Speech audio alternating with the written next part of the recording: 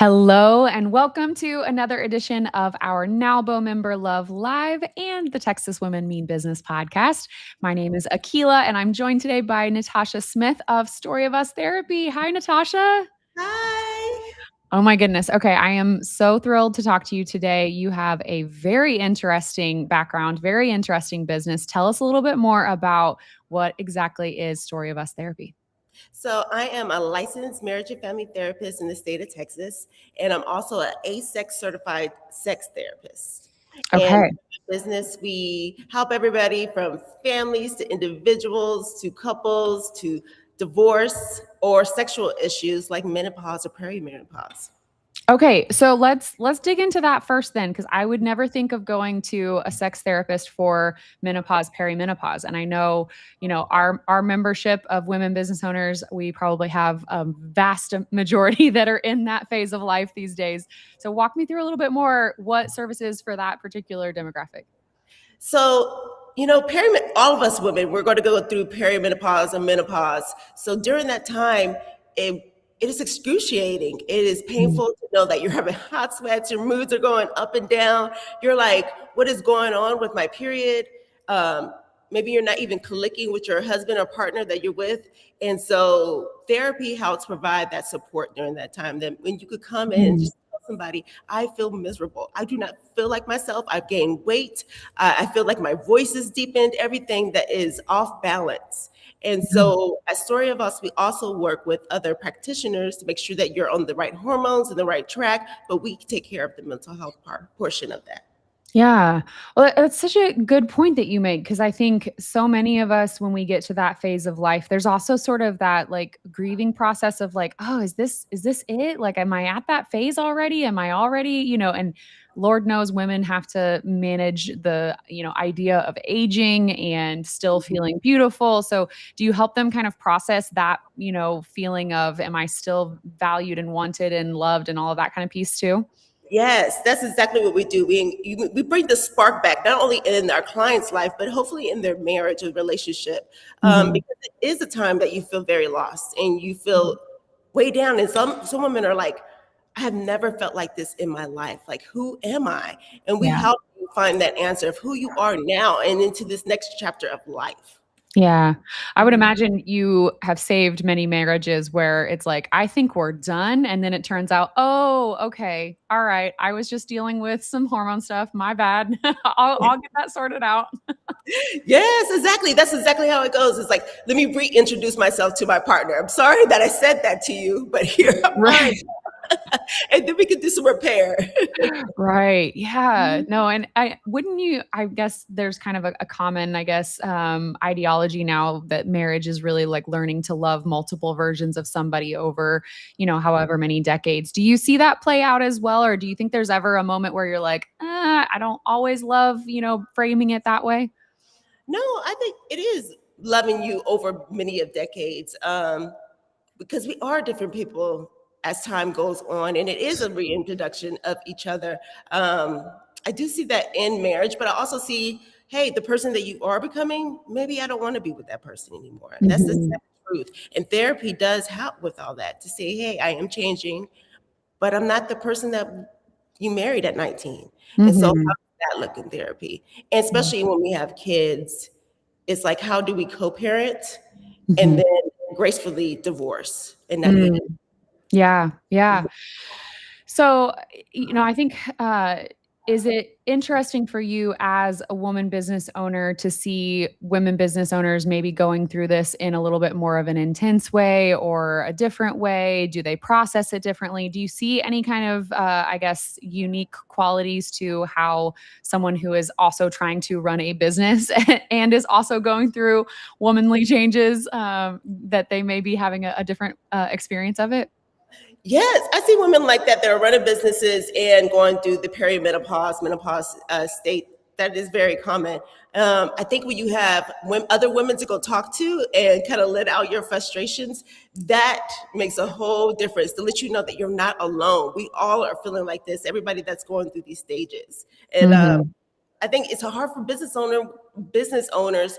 It's because we put on this mask of like, I'm running this company. Let me be the leader.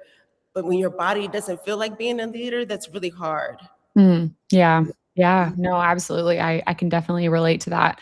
What would you say is the most common misconception when you tell people that you are a sex therapist? Oh, the most common is that I watch porn with my clients. Oh my god, that's a regular basis you're hearing that? Oh I my hear god. that. I hear that. People also think that I'm gonna just come out with a whole bunch of sex toys on the table and be like, "Here you go. This is everything you need to bring in the bedroom," and that is not it. It is on Yeah. the spectrum of things that we do talk about. We talk about things that are highly intimate, and sometimes we talk about things that are embarrassing to people. However, therapy Mhm. is a safe space, and we don't just come right out the door and be like, "All right," unless the client wants to be like, "Okay, let's Right. open up the part," but also with pleasure, and that's the place that I like to work. I like to work in the pleasure kind of aspect of sex therapy. There is trauma part, and Mm, that takes a lot of care. And if I encourage anyone that has not dealt with or healed from sexual trauma in any way, that therapy is the space to do it. It's one-on-one. mm, Nobody's there to judge you. You unfold as time goes. We do not rush you in that process. It's very sensitive. mm. Yeah, yeah, and I'm sure heavy for you. Like, I feel like that's gotta get into some really, really serious, I'm sure there to be fair, I think there's probably that misconception of like, "Oh, it's super racy and sexy and fun," and then you're actually in reality dealing with very, very heavy stuff. So that has to also weigh on you at times, I'm sure. Yes, and there's not a lot of sex therapists or asexual sex therapists in the San Antonio, Bernie, Helotes area. So it's Okay. important because and I have the education to go along to how to support clients in that way. Okay, so walk me through if people aren't aware of the difference, what does it mean to say that you are an asex sex therapist? So asexual sex therapist is somebody that it's like getting a second master's. It is the highest of certificates that a therapist can get when in Wow. this space of sex therapy. It's a hard process. Mm, However, it is such a rewarding, and that community on top of it is great. It is mm, very open. We talk about everything from the menopausal state to like, hey, I'm having a client that's having such and such issues. And so it's a big community. So it's not only me helping, but we also talk to other professionals about what's happening with our clients. okay. Well, Yeah. Very cool, very cool. What led you down this path? Did you learn from, early on in your career this is something you wanted to specialize in? Did you come about it kind of in a roundabout way? so just kind of fell into it. Well, I'll be honest, like probably like at 20, 25, I was like, I was watching like some show probably on HBO and I seen like a sex therapist and you're just like, oh, that would be a really cool job. Yeah. And so never thought I would make it all the way.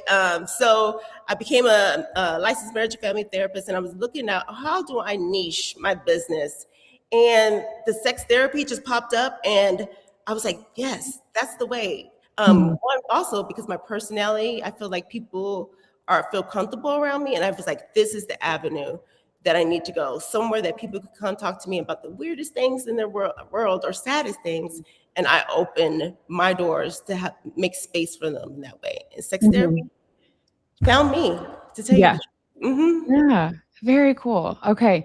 And do you also, I think there's a lot of, families where eventually the kids get to an age where we're having to have these conversations. Is that something that you can kind of help a family navigate to from like a dynamic of how do we talk about this? How do we navigate if we're having issues or we're having challenges or maybe we're not, having healthy habits from a young age? Is that something that you can also help with family navigating? Yes, that's exactly what I do as well. I feel like a lot of parents come in and they're like, okay, I'm ready to have the talk with my child, or I'm ready not to have the talk with my child, but it is time to have that talk with my Right. child.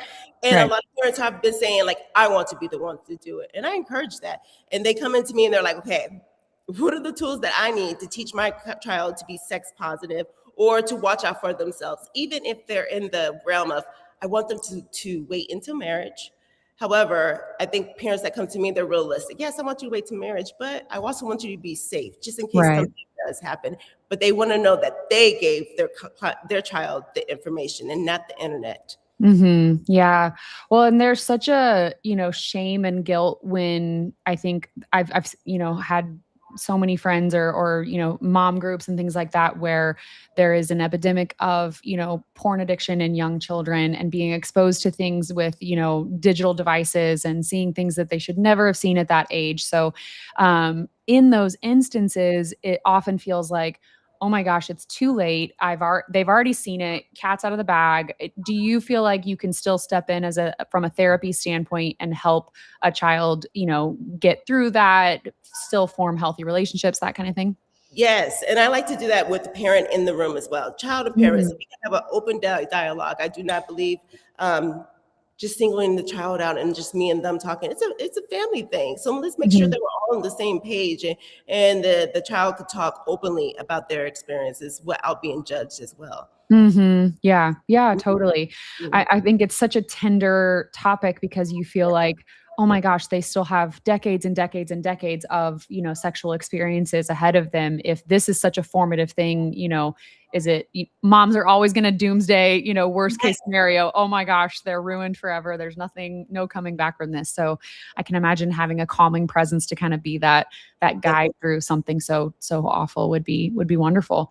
Mhm. Um, so you mentioned we were talking earlier before we went live that you've got two different locations. Do you find that you prefer in-person counseling or is virtual an option if folks would prefer that and be maybe more comfortable? I don't know. Yes, so virtual is, we do virtual therapy all the time.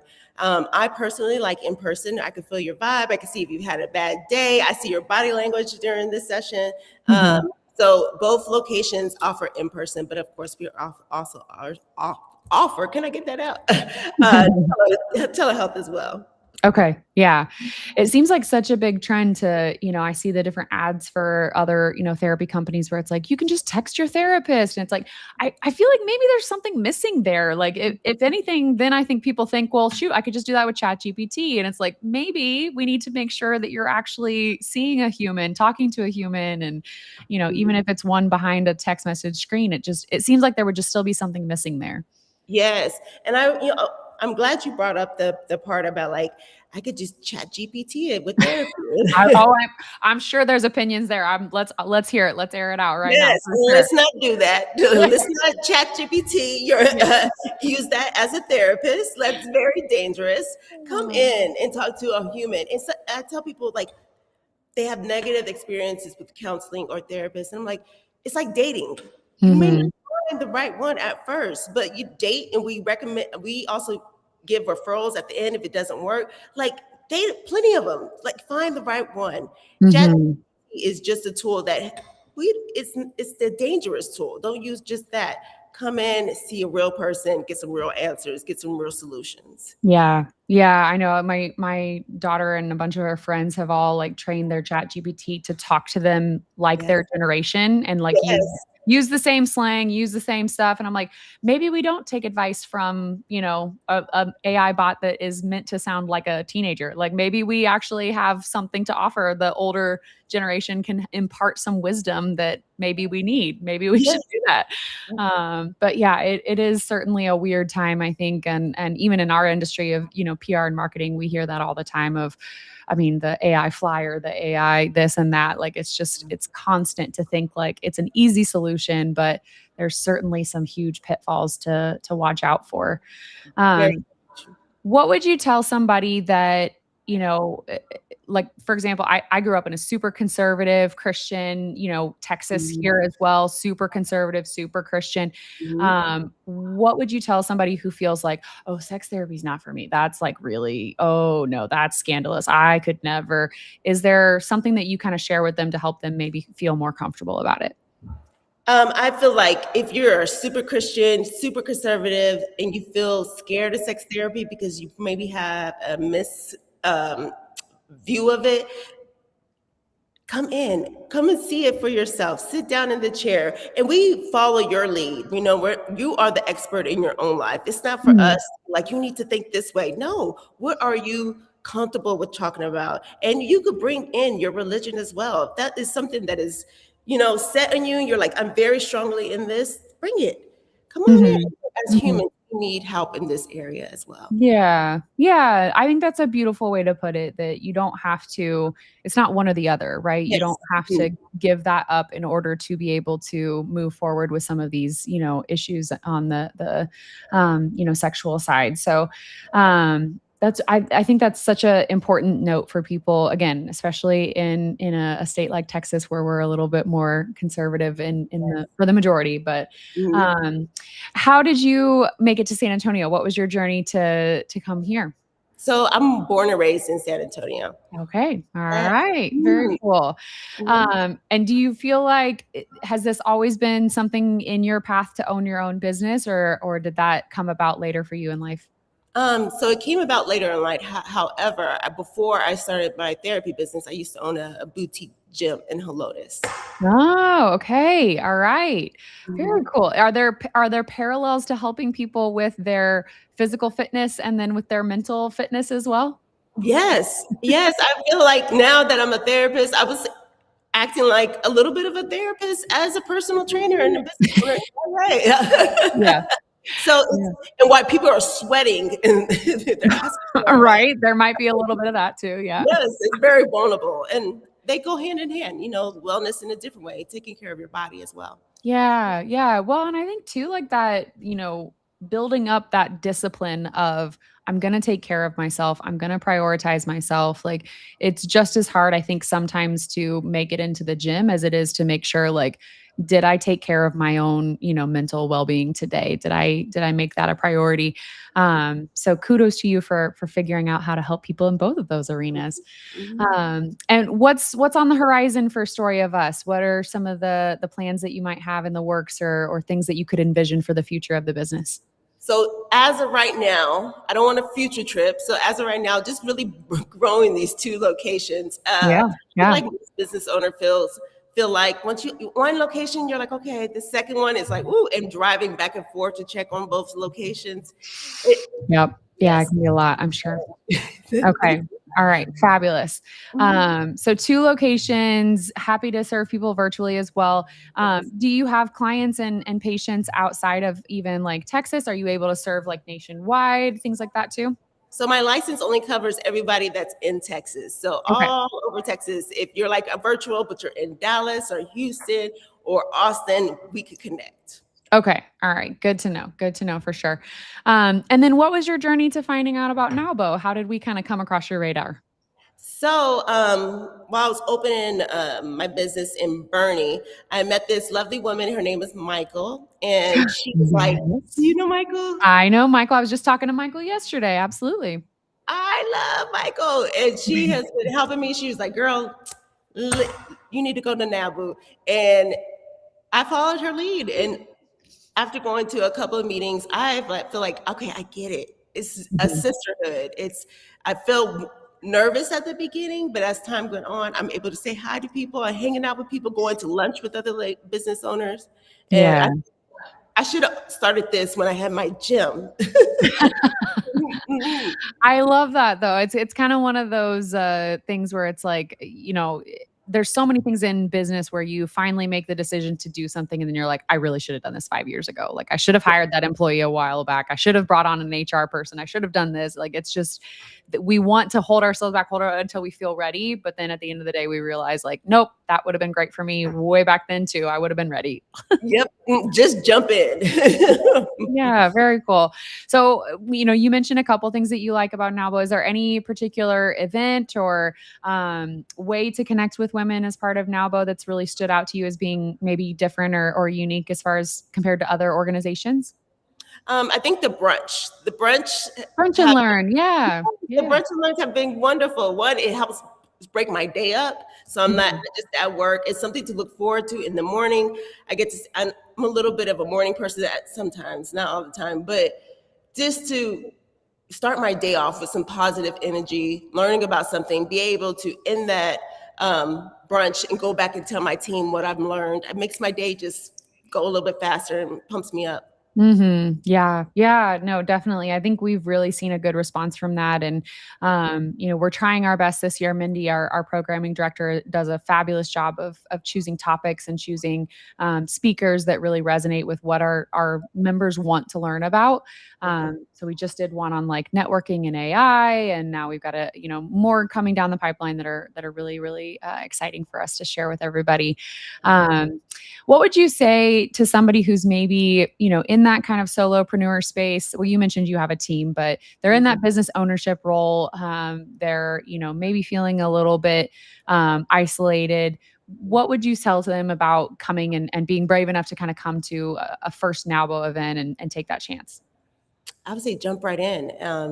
It is a very lonely out there in the business world when you are isolated like that. And I think that's when the depression and anxiety start to come in, because you have nobody to talk to about the things that you're feeling. Because we all, I think, in business feel the same way. We all have those ups and downs. And when you Mhm. just take that risk and say, okay, I'm going to come to NABU and see what happens, beautiful things open up. And I Yeah. experienced that. Yeah, I knew the therapist was the right one to ask that question of. That was a great answer. That was a very, like, calming, empowering message for sure. Um, if you had to describe, because I think it's always important to find a therapist that, you mix with, you gel with, maybe not, like, to the point where you're like, "I just wanna hang out after our session." Like, maybe we need to still keep that professional boundary, but what would you say is, like, kind of the maybe 5 words that would describe, like, your style as a therapist? I think one, very safe. It's open, non-judgmental. I do have more of a personality that does feel like I'm talking to my girlfriend, and I like that about myself. Uh, Mhm. it's also very. I just think the whole environment of my business is very calm and serene. It's good, and you Mm. walk out feeling better than you came in. Yeah, yeah. Is it kind of for you as a therapist, is it kind of like teachers where it's like, "Gosh, I'm gonna go to HEB and I'm gonna see one of my students and I'm gonna bump into them." Like, do you feel like you have to kinda, like, go to a different HEB on the other side of town so we're not seeing our, like, couples walking around? Yes and no, especially like at my Bernie location, because Bernie is a small town and I want to respect everybody's privacy there. So I do not use the Bernie HEB. I go to the HEB in another spot. Yeah. You're like, "I can't disclose which one I'm at so that we don't have any." Yes.